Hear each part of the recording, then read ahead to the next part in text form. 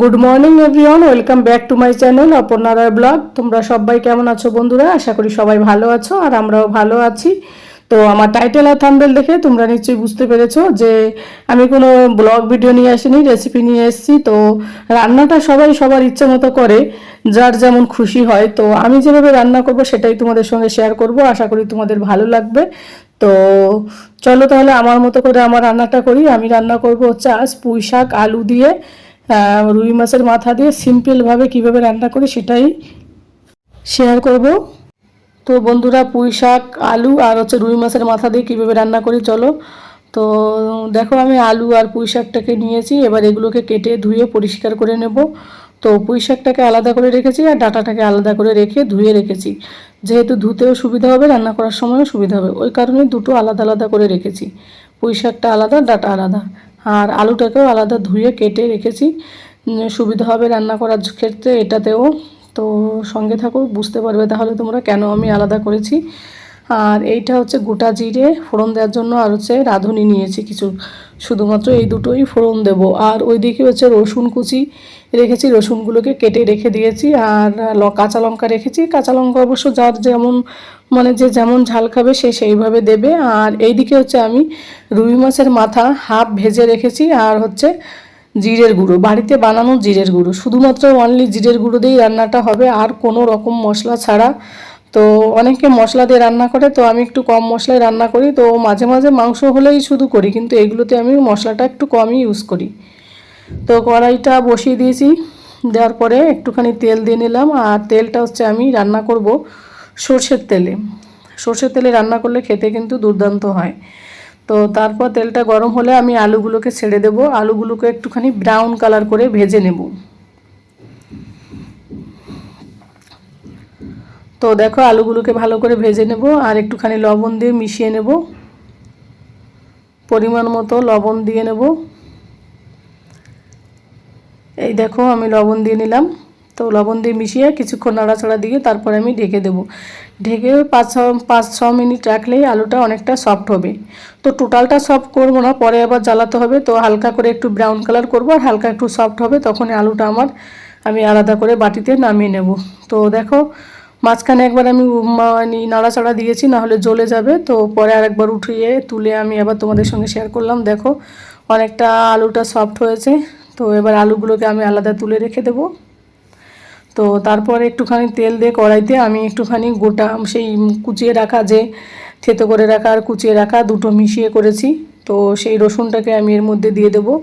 রসুনটা একটুখানি ভালো করে ফ্রাই করে নেব। যদি আমি ভালো করে ফ্রাই না করি তাহলে কাঁচা গন্ধ বেরোবে রসুনের, ওই কারণে রসুনটাকে ভালো করে একটু ফ্রাই করে নেব।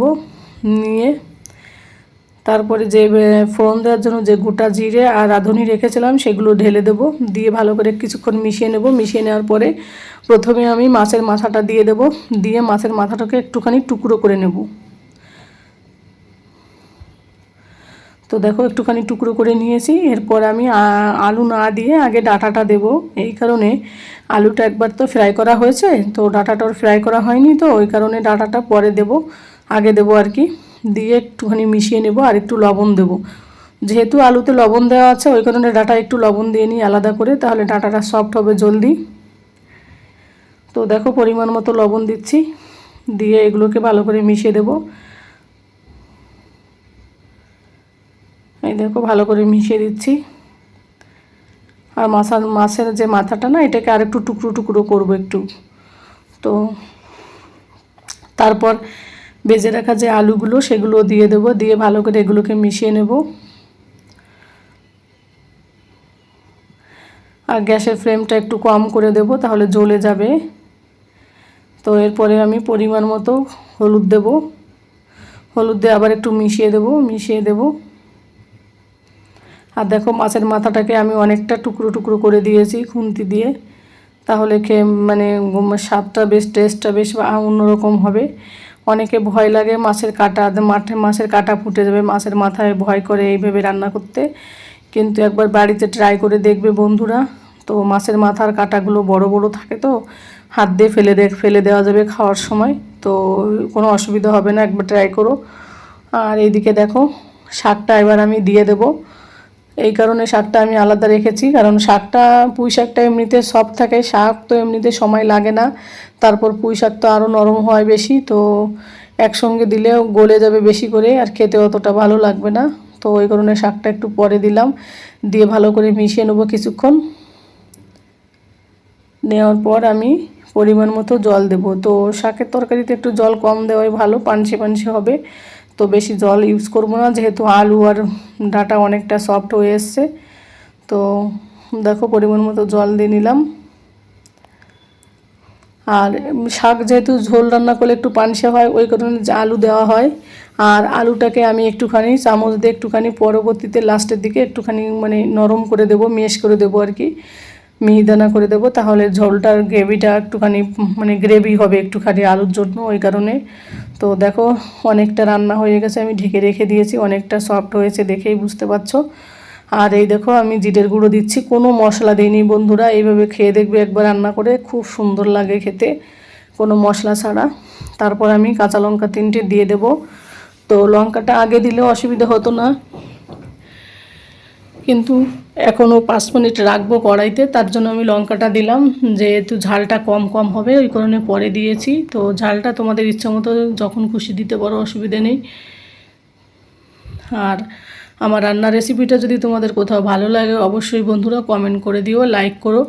আর নতুন কোনো বন্ধুরা যদি আমার ভিডিওটি দেখো প্লিজ আমার চ্যানেলটিকে সাবস্ক্রাইব করে দিয়ে আমার পাশে থেকো, তাহলে আমার ভিডিওগুলো তোমাদের কাছে সবার আগে পৌঁছে যাবে। আর দেখো অনেকটা হয়ে যাচ্ছে, আলুটাকেও একটু টুকরো টুকরো করে দিয়েছি, তাহলে ঝোলটা একটু বেশ একটুখানি পাতলা থেকে একটুখানি গ্রেভি টাইপের এসছে। তো আর একটুখানি আমি ঢেকে দেবো, আর 2-3 মিনিট ঢাকার পরে আমি ঢাকনাটা তুলে দেব। তুলে দেওয়ার পর দেখো আমার রান্নাটা অনেকটা কমপ্লিট হয়ে যাচ্ছে, আমি গ্যাসটাকেও কমিয়ে দিয়েছি। তো এখন আমি সার্ভ করব। তো আমার ভিডিওটা কেমন লাগলো বন্ধুরা প্লিজ কমেন্ট করে জানিও। আমার রেসিপিটা যদি তোমাদের কোথাও কোনো অংশ ভালো লাগে অবশ্যই জানিও। আর আমার রান্নার রেসিপিটা তোমরা একবার ট্রাই করতে পারো বাড়িতে, খেতে সুন্দর লাগবে, সিম্পলভাবে কোনো মশলা ছাড়া, পুঁই শাক আলু দিয়ে আর রুই মাছের মাথা দিয়ে। তো খেতে খুব সুন্দর লাগবে, গরম গরম ভাতের সঙ্গে জমে যাবে দুপুরবেলার খাবারটা একেবারে। তো এখনকার সময় মশলা খাওয়াটাও মানুষের কম। তো পরবর্তী ভিডিওতে দেখা হবে বন্ধুরা, টাটা। ততক্ষণে তোমরা সবাই ভালো থাকো, সুস্থ থাকো। এর পরবর্তী হয়তো কোনো ভিডিও নিয়ে, ব্লগ ভিডিও নিয়ে হয়তো তোমাদের সঙ্গে দেখা হবে বন্ধুরা।